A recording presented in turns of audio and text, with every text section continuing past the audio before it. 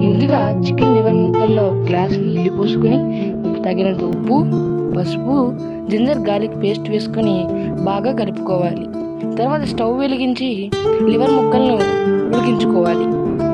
ఉడికిన తర్వాత దాన్ని చిన్న చిన్న ముక్కలుగా కోసి పక్కన పెట్టుకోవాలి. తర్వాత స్టవ్ వెలిగించి ఒక పెనం పెట్టుకొని కొంచెం నూనె పోసుకోవాలి.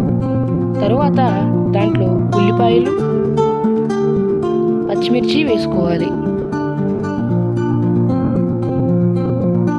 వేసుకున్న తర్వాత ఉల్లిపాయలు బ్రౌన్ కలర్ వచ్చేదాకా తిప్పాలి. తర్వాత అల్లం వెల్లుల్లి పేస్ట్ వేసి టమాటాలు కూడా వేయండి.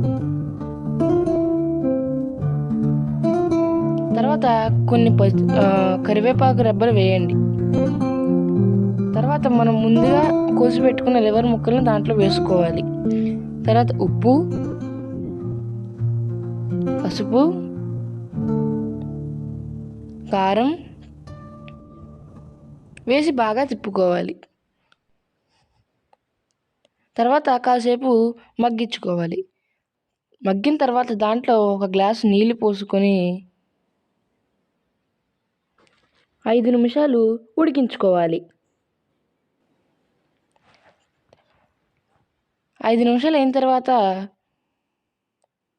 మసాలా వేసుకొని బాగా కలుపుకొని కొత్తిమీరతో గార్నిష్ చేసుకోండి. గార్నిష్ చేసుకున్న తర్వాత స్టవ్ మీద దింపేయడమే. ఇలా మనకెంతో ఇష్టమైన గుమగుమలాడే లివర్ కర్రీ రెడీ.